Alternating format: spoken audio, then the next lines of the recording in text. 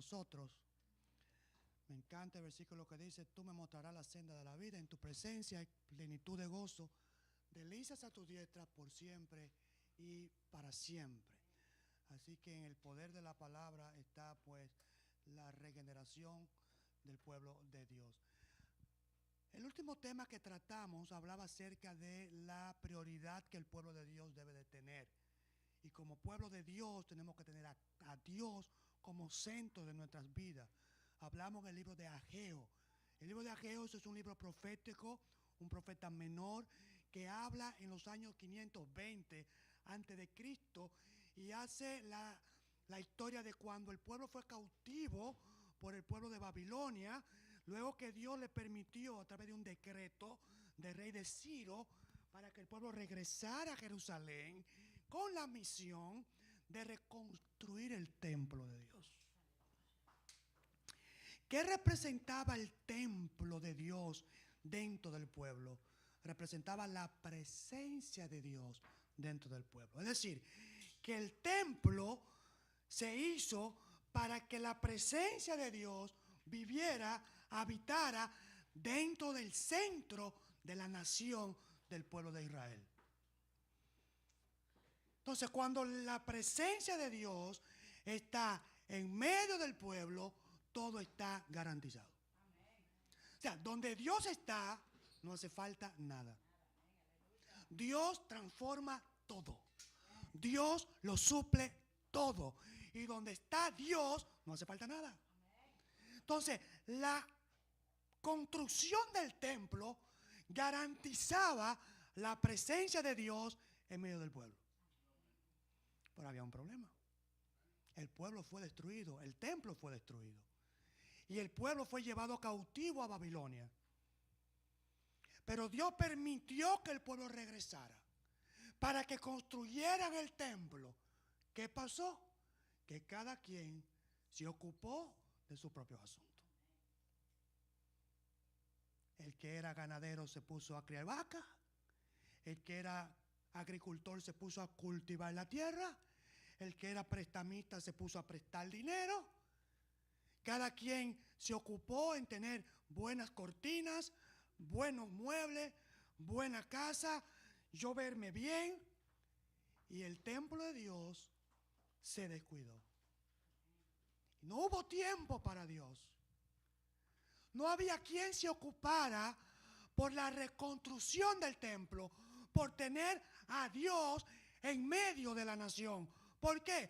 Porque cada quien estaba preocupado en sus propios asuntos. ¿Ustedes saben qué?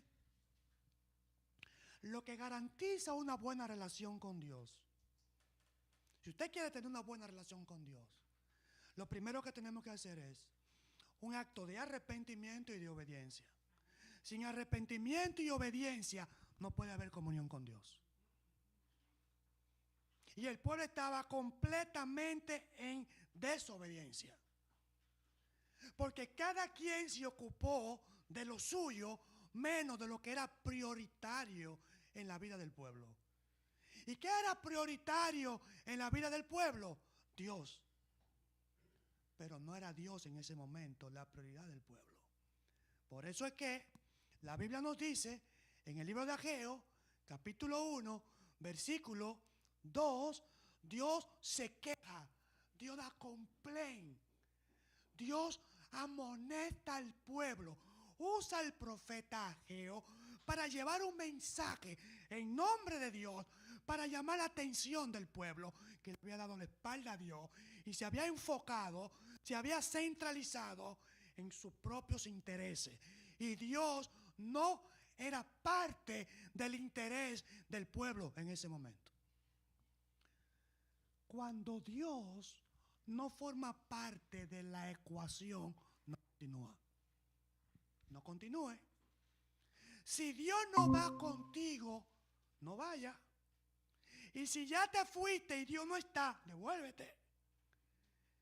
Porque si Dios no está, si Dios no forma parte de tu vida, el fracaso está garantizado.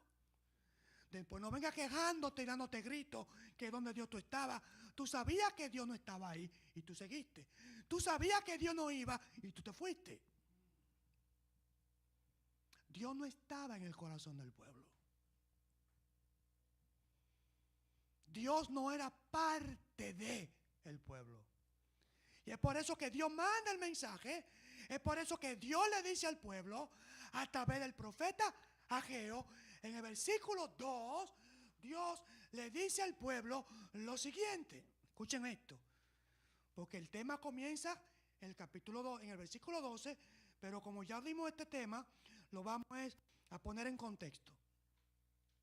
Dice, escuchen esto con mucha atención. Versículo 2. Así dice el Señor Todopoderoso. ¿A quién le habla?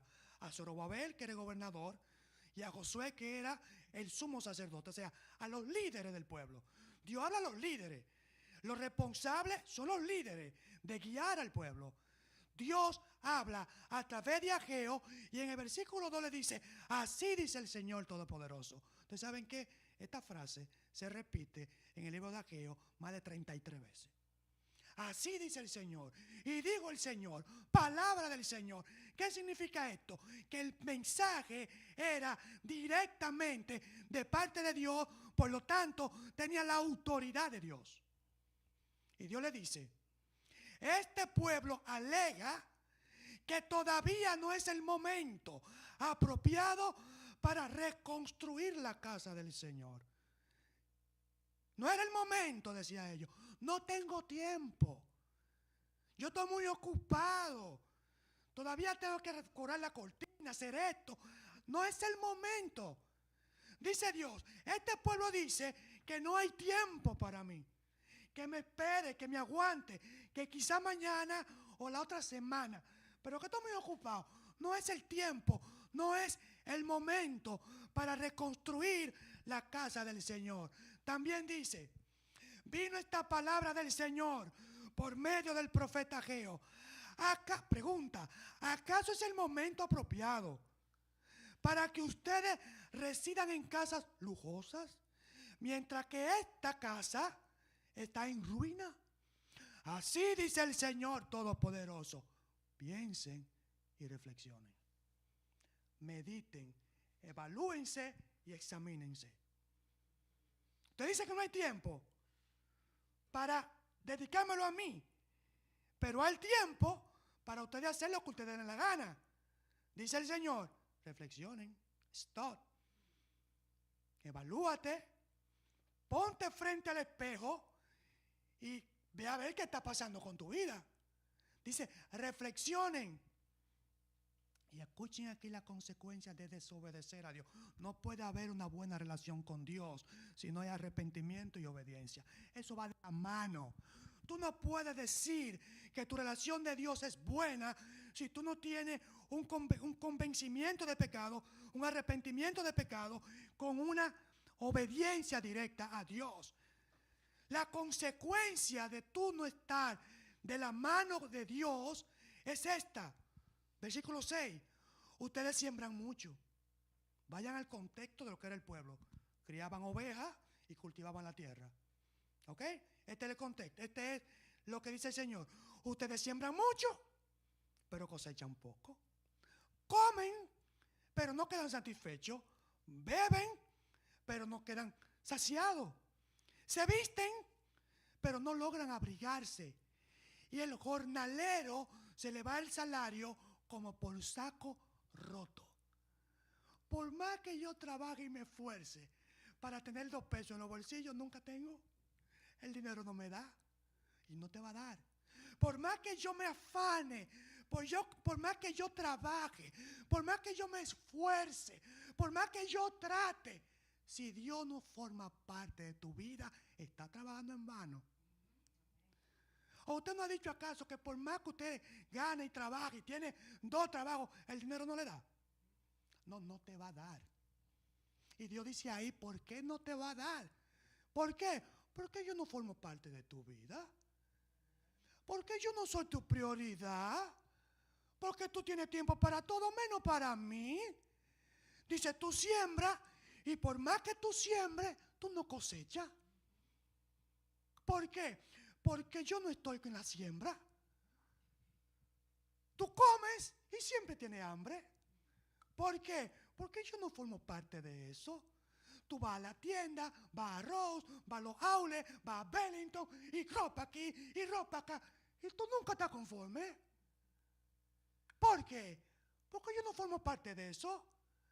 Tú trabajas, tienes 2 trabajos, te matas trabajando, de día y de noche trabajando. Y el dinero no te da, dice el Señor. ¿Saben por qué? Porque yo no formo parte de su vida. Porque yo no soy la prioridad de tu vida.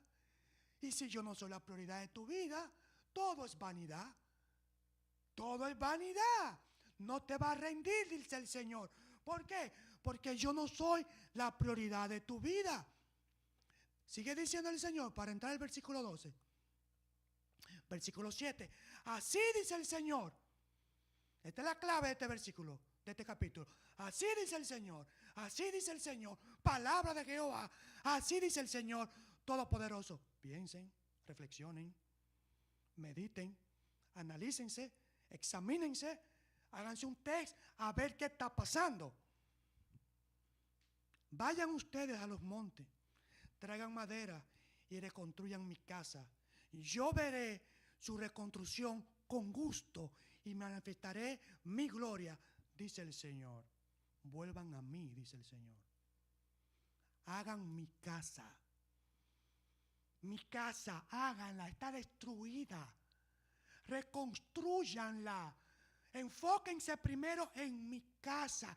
Y yo les prometo a ustedes que estaré con ustedes y que la tierra sí va a dar su fruto. Y que tú sí vas a tener sentido en tu vida. Mientras tanto, no habrá sentido. Tu vida no tendrá propósito. Tu vida será como una tallota. No hay un vegetal que no sepa nada. La tallota no sabía nada. Chayote, que le llaman a la tallota. Chayote. Eso no sabía nada. Lo único que le da sabor al chayote es la carne de puerco. Pero eso no sabía nada. La vida sin Dios no sabe a nada. No tiene sentido, no tiene gusto. Tú no lo puedes saborear. No hay vida sin Dios. La vida sin Dios no tiene sentido. Y Dios le dice, preocúpense de que mi presencia esté en medio de ustedes. Yo le dije al pueblo, ustedes estaban cautivos en Babilonia, yo lo dejé volver, pero ustedes en vez de buscar mi rostro y de buscar mi presencia, se preocuparon por ustedes mismos. Y cuando yo le digo a ustedes, construyan el templo, no tengo tiempo. Y hermano, escuchen, eso se escribió 520 años antes de Cristo. Y estamos en el 2026 después de Cristo. Y eso es como si se hubiese Cristo hoy. Nunca hay tiempo para Dios. El único momento que encontramos tiempo para Dios es cuando tenemos el pie en el pescuezo. Cuando usted tiene el agua en el cuello, ahí es donde encuentra tiempo para Dios. Pero mientras tanto, no hay tiempo para Dios.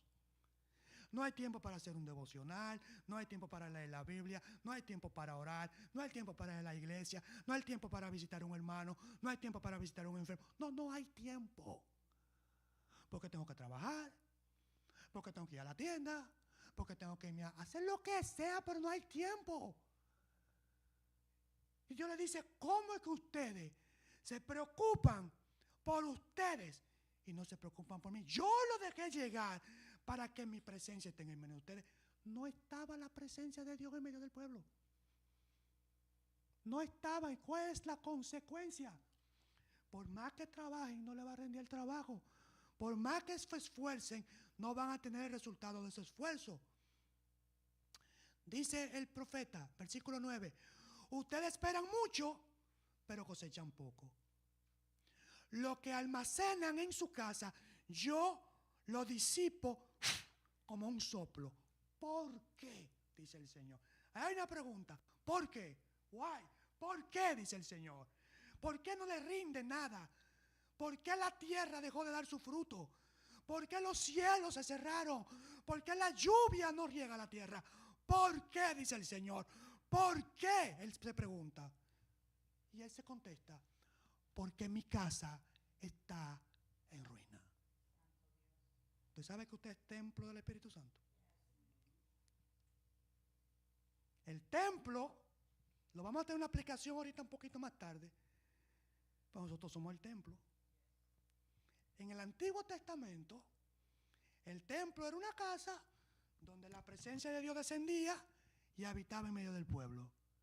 Hoy, después de la muerte de Cristo y su resurrección, y que nos envió el Espíritu Santo, nosotros somos el templo del Espíritu Santo.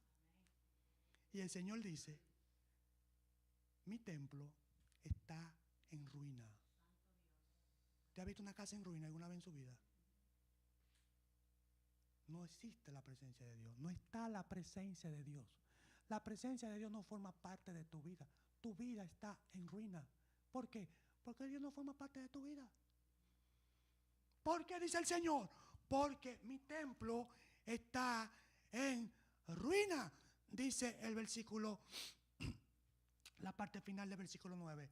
Por eso, por culpa de ustedes, los cielos retuvieron el rocío y la tierra se negó a dar sus frutos. Yo hice venir una sequía sobre los campos y las montañas sobre el trigo y el vino nuevo, sobre el aceite fresco y el fruto de la tierra, sobre los animales y los hombres y sobre toda la obra de sus manos. ¿Por qué? Porque Dios no estaba ahí. Este es el punto. Dios no era la prioridad del pueblo. Porque Dios no estaba en tu corazón. Dice el Salmo 119: en mi corazón he guardado tus dichos para no pecar contra ti. El Salmo 119 es el salmo más largo de la Biblia. Tiene 176 versículos. Pero es un poema la palabra. ¿Con qué limpiará el joven su camino? Con guardar tu palabra. Dice el 105: lámpara es a mis pies tu palabra y lumbrera a mi camino. O sea, la palabra de Dios es una linterna, es un faro que ilumina la vida del creyente. Dios te dice a través de esta palabra: si yo no formo parte de tu vida, no podrá haber bendición. Si tú no aceptas que tú estás mal, si tú no entiendes y analizas que tú necesitas arrepentirte de tus pecados, confesar tus pecados delante de Dios e iniciar una vida de obediencia, no puede haber buena relación con Dios. No hay relación con Dios. La sanidad comienza en tu vida cuando tú confiesas tu pecado. Cuando tú confiesas y le pides perdón a Dios y comienzas a caminar en obediencia, ahí y solamente ahí comenzará la restauración en tu vida. Pero escuchen esto, que es donde básicamente centralizaremos todo ahora. Versículo 12. Lo único que transforma el alma, la mente, el corazón del hombre es la palabra de Dios. La palabra de Dios tiene poder. La palabra de Dios transforma. La palabra de Dios edifica. La palabra de Dios restaura. Es por eso que el profeta hace tanto hincapié, tanto énfasis en dijo el Señor. Así dijo el Todopoderoso. Así dice Jehová. Así dice Dios. Porque dice el profeta: lo que yo estoy hablando no es por boca mía. Porque ¿quién soy yo? Lo que yo digo es por boca de Dios. Yo solo soy un instrumento de Dios al servicio del pueblo. Quien está dando el mensaje al pueblo es Dios. Y no hay nada que transforme, que aplaste el corazón del hombre más que la palabra de Dios. Hay testimonios que son bonitos, hay testimonios que impactan, pero el testimonio que más impacta en la vida del hombre es la vida del Señor Jesucristo. La palabra de Dios transforma, la palabra de Dios da vida, la palabra de Dios te manda a obedecer. Nada transforma más, es más, lo único que transforma y renueva la vida de un ser humano es la palabra de Dios. Es imposible que tú te quedes inmute, inerte ante la palabra de Dios. Cuando tú estás delante de la palabra de Dios, automáticamente tu cuerpo reacciona. 17 años tenía el templo detenido. 17 años. Llegaron de la esclavitud, se fajaron a su propio asunto y dejaron descuidado la casa de Dios. 17 años. Ustedes pueden leer la historia completa en el libro de Esdras. Le dice la historia entera. El mensaje de Ageo duró 3 días. Y en 3 días la mente y el corazón del hombre fue cambiado. Reaccionaron ante el mensaje. Reflexionaron. ¿Y qué dice el versículo 12? Que es donde quiero agotar las últimas partes de esta prédica. En la obediencia. En obedecer a Dios. En reaccionar ante la palabra de Dios. ¿Qué dice el versículo 12? ¿Cómo reaccionaron los líderes? Tú eres líder en tu casa. Cada quien es líder en su casa. Donde quiera que usted esté, usted es un líder. Usted es la cabeza. Dios le habla a los líderes, tanto a las personas del gobierno como a las que están en las iglesias. Zorobabel, hijo de Salatiel, gobernador. Josué, sacerdote.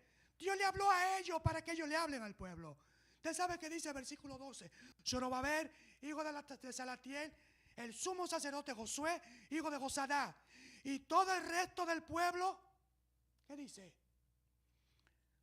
Obedecieron al Señor su Dios. Cuando tú obedeces, comienza tu restauración.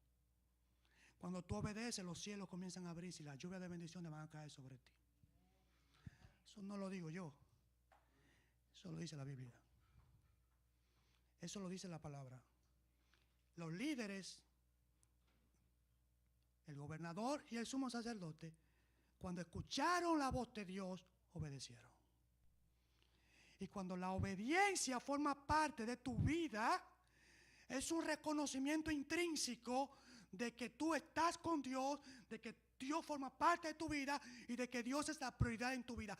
Cuando tú obedeces a Dios, tú le estás diciendo a todo puede esperar. Dios es primero. Dios es primero. Por eso es que la palabra dice, buscad primeramente el reino de Dios y su justicia, y todas las demás cosas serán añadidas. Todo será añadido. Lo primero es Dios. Lo segundo es Dios. Y lo tercero es Dios. Y si sobra algo, también es Dios. Y de lo demás Dios se va a ocupar. Dios sabe que tú tienes problemas. Pues será Dios loco. Dios sabe que tú tienes ansiedad, que tú tienes asuntos pendientes, que tú comes, que tú pagas casa. Pero dice Dios, ocúpate de mí y yo me voy a ocupar de lo otro. Pero la obediencia tiene que ser prioritaria en la vida del creyente. La presencia de Dios es fundamental, sine qua non en la vida del creyente. No hay forma de que tú te llames ser cristiano si Dios no camina contigo, si tú no caminas con Dios. Si Dios no es la prioridad de tu vida, tú te puedes llamar cualquier cosa menos cristiano. Llámate lo que te dé la gana, religioso, legalista, libre pensador, lo que a ti te dé tu gana, menos cristiano. El cristiano sabe que la vida de él tiene que caminar de la mano de Dios. Y los líderes entendieron el mensaje, que es donde quiero enfatizar ahora mismo. Los líderes del pueblo entendieron y obedecieron. Obediencia. Obediencia, dice 1 Samuel, que mejor es la obediencia que los sacrificios. Dios no quiere que tú te vayas de aquí a Tampa a pie, es una promesa. No. Dios quiere que tú lo obedezcas ahí en tu casa, tranquila, sin tener que coger a pie para Tampa. Son 2 horas en carro. De que una promesa para Tampa, con el tetero del sol en la frente. Dice Dios, no. Obedéceme en tu casa tranquila ahí. Y ahora te ese cansancio. ¿Me entiendes? Que estoy en silicio. Está bien. Pero Dios dice, duerme en un colchón cómodo y obedéceme. El ayuno no es malo. Hágalo. Domine la carne y castíguela. Pero usted le da un consejo. Deje de pasar hambre y obedezca a Dios. Obedezca a Dios. Esta es la clave, esa es la clave. Usted va a ver lo que pasa a continuación. La clave del creyente, la obediencia. Por eso nos cuesta tanto, por eso es tan difícil obedecer, porque eso se revela en contra de la carne, en contra de nuestra naturaleza. Le dije una vez, a un buitre tú no lo puedes obligar a comer maíz. ¿Por qué? Porque no es su naturaleza. ¿Qué come un buitre? Carne podrida, ¿sí o no? Eso le come un buitre. ¿Cómo llaman? Chicken que... Eso mismo, come carne muerta. Esos pájaros prietos que andan volando, dando vueltas en círculo. Esos butcher, carniceros. Eso mismo. No le puede dar maíz, no se lo va a comer. Ahora una paloma, dale carne, se la come. No puede comer una paloma carne. ¿Por qué? Porque no es su naturaleza. Una paloma come maíz. Ahora, el único que transforma para convertirlo en una nueva criatura la naturaleza del hombre que es pecadora es Dios. Para que un buitre pueda comer maíz, Dios tiene que cambiarle la naturaleza al buitre. Y para que una paloma coma carne, tiene que cambiar su naturaleza. En Cristo somos nueva criatura, tenemos un nuevo corazón. Dios nos dio un nuevo corazón. Dios implantó su Espíritu Santo en nuestras vidas para fortalecernos, para ayudarnos a obedecer. Porque por nuestra propia cuenta nadie obedece. Olvídese que esto es una lucha constante, de día a día. Lo escuchamos aquí ahora, abrimos la puerta y ya estamos pecando. Es más, aquí ya estamos pecando. El pueblo escuchó, versículo 12. El pueblo obedeció. ¿Usted sabe qué pasó cuando obedecieron? Se abrieron las puertas de los cielos. ¿Tú no sientes a veces que tú estás orando y como que el cielo está cerrado? Dice Dios, examínate. Vamos a ver qué está pasando. O cuando tú no te duele algo, tú no vas al médico, te haga un cascán para ver qué es lo que pasa.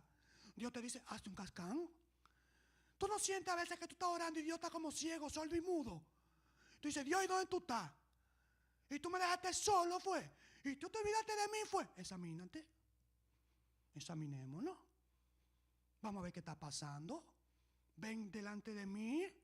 Póstrate delante de mí. Abre tu corazón delante de mí. Habla conmigo face to face, cara a cara. Arrepiéntete. Y comienza a obedecer.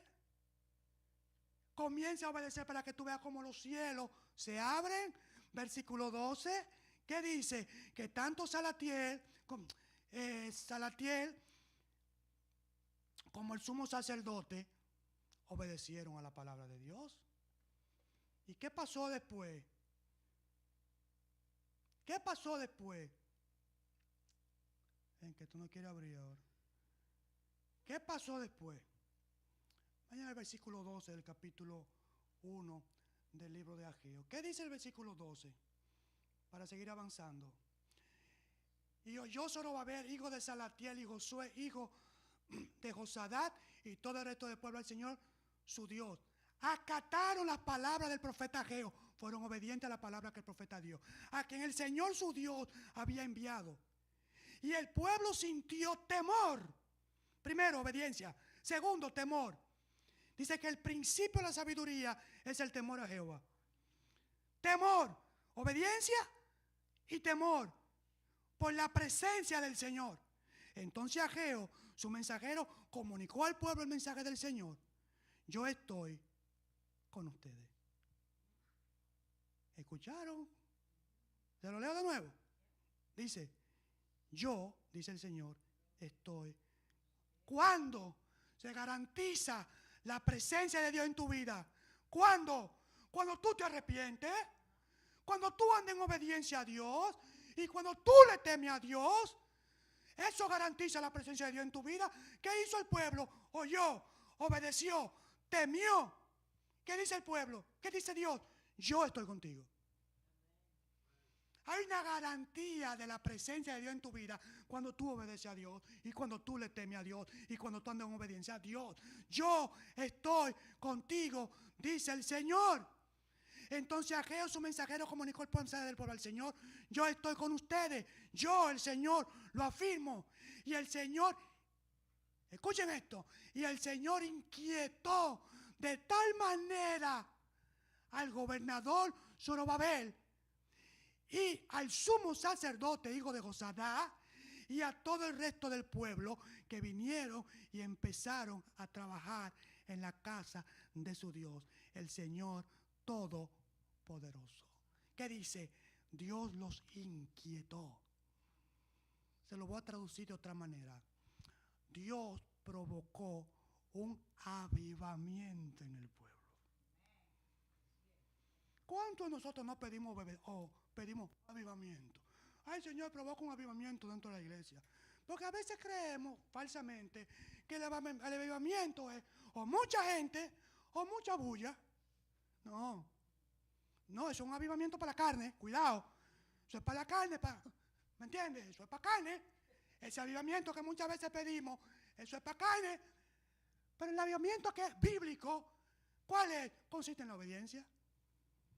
El avivamiento consiste en la obediencia. El avivamiento consiste en tú andar con Dios.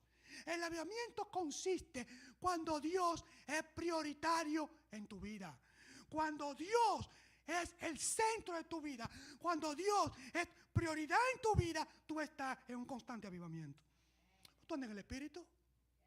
No es verdad. Tú andas en el Espíritu. Cuando Dios es el centro de tu vida, cuando Dios es la prioridad de tu vida, usted anda en un constante avivamiento. El avivamiento que produce salvación. El avivamiento que produce... O sea, miren, Dios en los momentos más difíciles de tu vida siempre te plantea un estado de esperanza y de un mejor futuro. Nosotros podemos pasar ahora mismo por la peor crisis, económica o emocional. Pero cuando nosotros vamos ante Dios, Dios siempre tiene para nosotros un mensaje de esperanza y nos muestra siempre un mejor futuro, un mejor panorama. A veces vemos todo oscuro. Yo tengo un proceso migratorio y a veces no duermo. Es normal, seré yo de hierro, yo soy de palo, yo no soy de palo. Pero cuando tú vas ante Dios o comienzas a escuchar canciones de adoración, que tú oras, Dios te muestra a través de su palabra que hay esperanza y que hay un mejor futuro. Que tú no lo ves. Muchas veces nuestra incredulidad no nos lo permite ver. Muchas veces el pecado no nos lo permite ver. Muchas veces nos fijamos en las circunstancias del mundo, como hicieron los pecadores cuando andaban en la barca, que la barca se estaba hundiendo, y en que ellos pusieron su mirada en las olas, que estaba hundiendo la barca, y no la pusieron en Jesús. Inmediatamente cambiaron la mirada y el enfoque, que pusieron su mirada en el Señor. El mar se aquietó y dejaron de tener miedo. Cuando tú fijas tu mirada en los problemas, tu barca tú la vas a sentir que se está llenando de agua. Pero cuando tú centras tu mirada en el Señor, tú vas a tener paz. Esa paz que sobrepasa todo entendimiento. Mi paz os dejo, mi paz os doy. Y yo no la doy como el mundo la da. Porque la paz que ofrece el mundo es pasajera. Pero la paz que da Dios es eterna y es perduradera en el tiempo, a la eternidad. Había una crisis en el pueblo. Pero en medio de la crisis Dios provocó, habló conciencia al pueblo y el pueblo entendió ciertamente. Yo no puedo ser un ser egoísta, dame tiempo. Yo no puedo ser una persona egoísta. Yo no puedo pensar en yo solamente. La prioridad es mía, no puede ser en torno a mí. Dios tiene que ser el centro de mi vida. Yo tengo que obedecerle a Dios.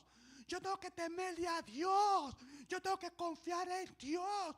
Yo tengo que dejarme caer, pensando en que Dios me va a sostener.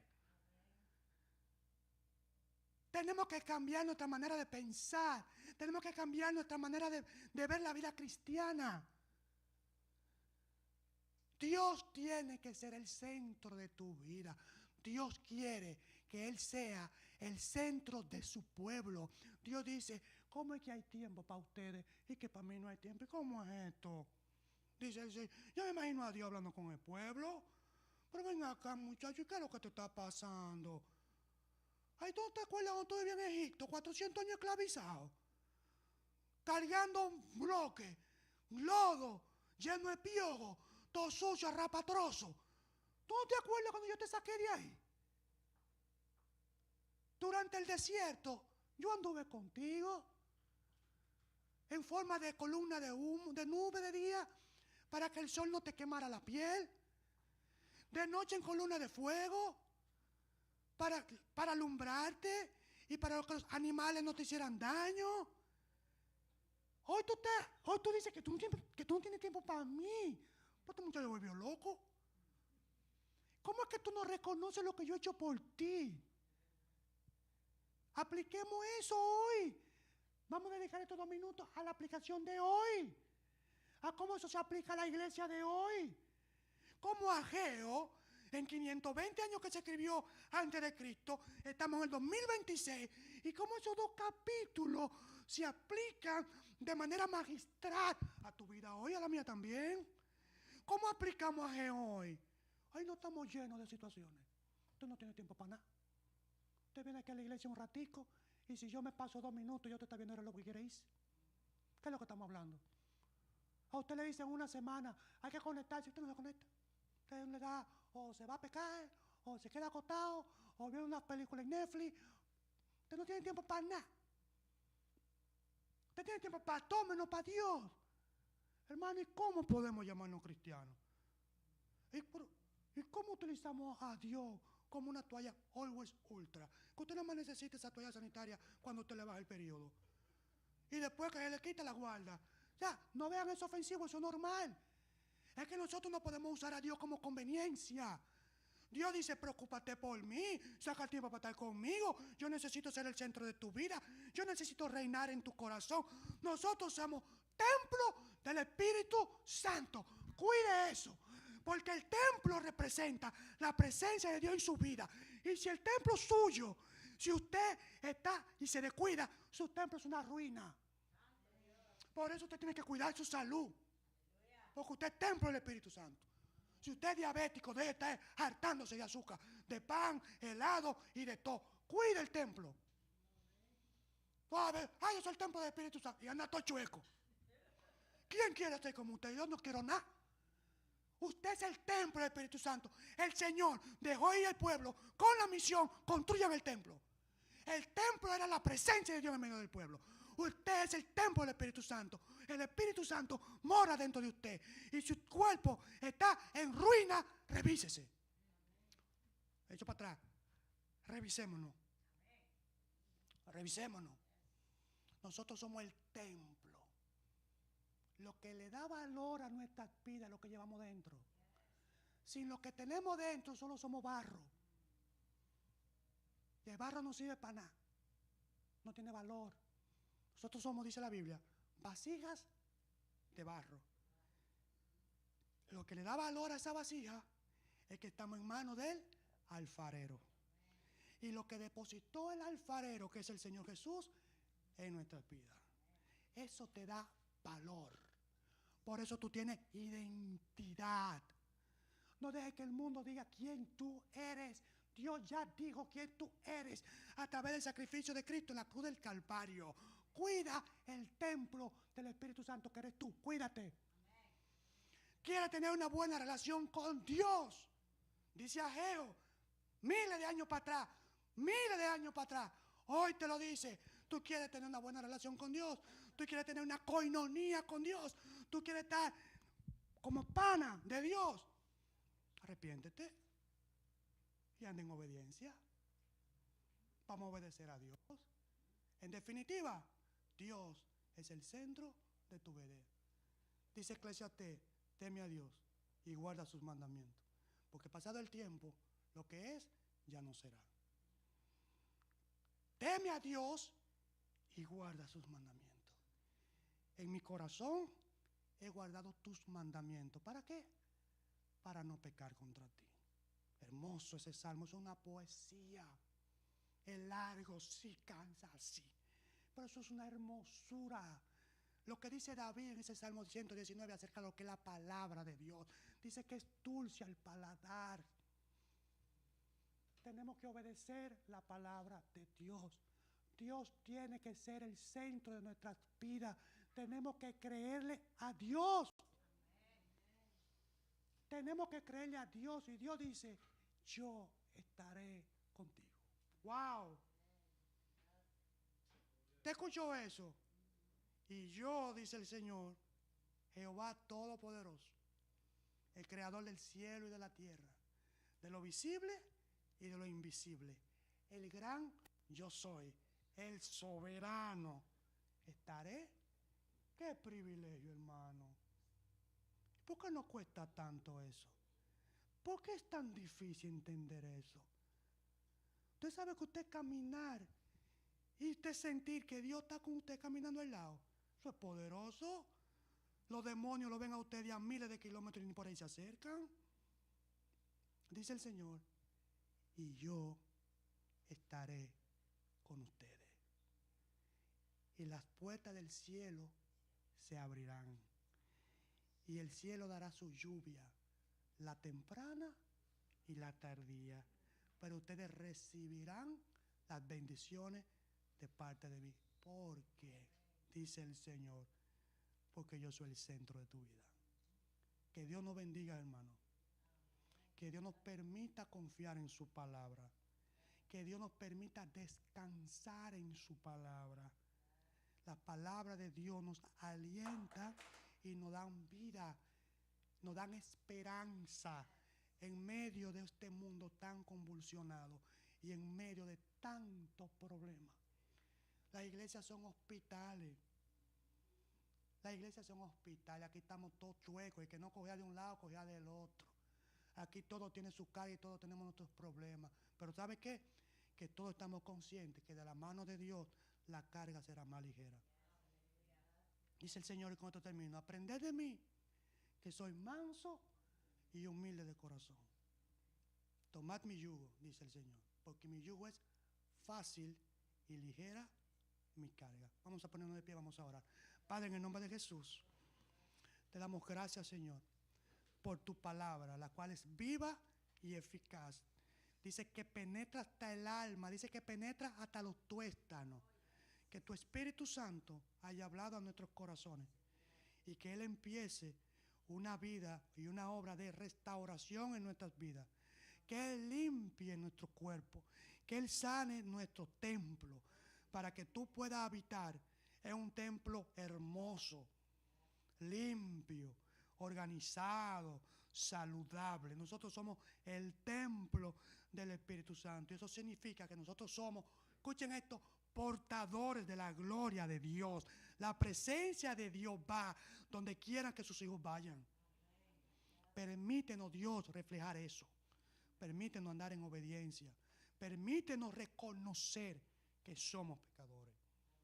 De ir delante de ti para confesarte, Señor, perdóname porque hice esto. Y andar en obediencia con el Señor. Solo no podemos, porque tampoco tenemos la fuerza. Pero tu Espíritu Santo siempre está dispuesto a acompañarnos a todo lugar, a darnos la fuerza que necesitamos. Nos declaramos incapaces, pero en ti, Señor, dice tu palabra, que todo lo podemos en Cristo, que nos fortalece. Bendice tu pueblo, derrama gracia y bendición sobre tu pueblo. Y ayúdanos, Señor, a que tú seas la prioridad número 1 en nuestras vidas. Te alabamos, te bendecimos y te damos gracias en el dulce nombre de nuestro Señor y Salvador Jesucristo. Amén. Amén.